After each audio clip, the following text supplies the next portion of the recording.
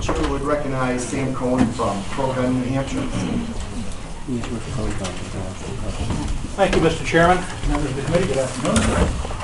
For the record, my name is Sam Cohen. I am the Executive Vice President of Cohen, New Hampshire. We are a statewide organization of legislators, of the public officials, and the general public in support of Second Amendment rights within the state.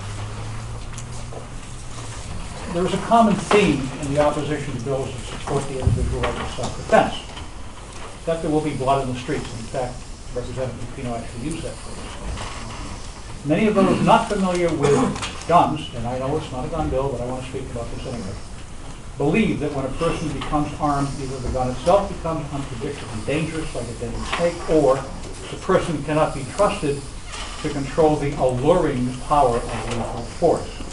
The latter assumption is what psychologists call the precipice syndrome, named for the feeling that when you look over the edge of a precipice, there is an instinctual fear of an irrational desire to step off the cliff.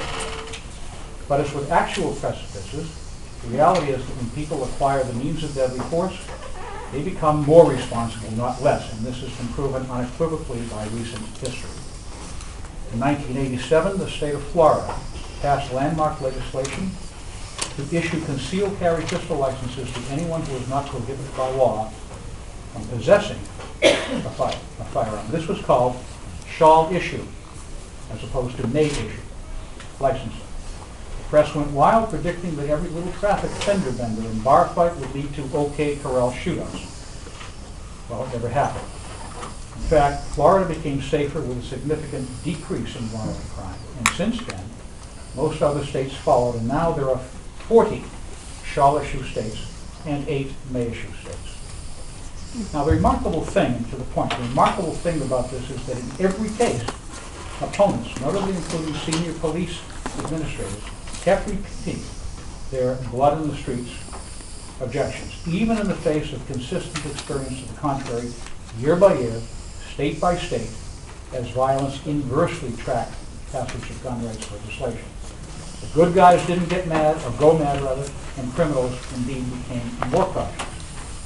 Now the Castle Doctrine laws are following the same pattern as shall issue concealed carry licensing.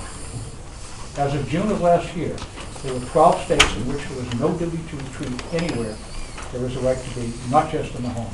And in every case, senior police officials and others objected to the legislation, just as they did with concealed carry, and in every case, their concerns were proven groundless. And we therefore ask that this committee look at history and vote HB160 off the pass.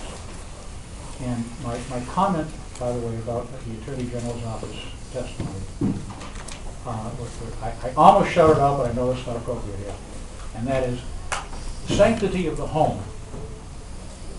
Why is somebody's life and well-being more defensible and more protected and more sanctified at home than anywhere else?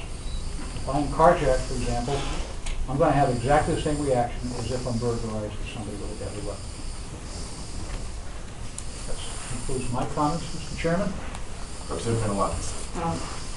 Mr. Cohen, you said 3 times in your speech there about gun laws. I thought this was not a gun bill.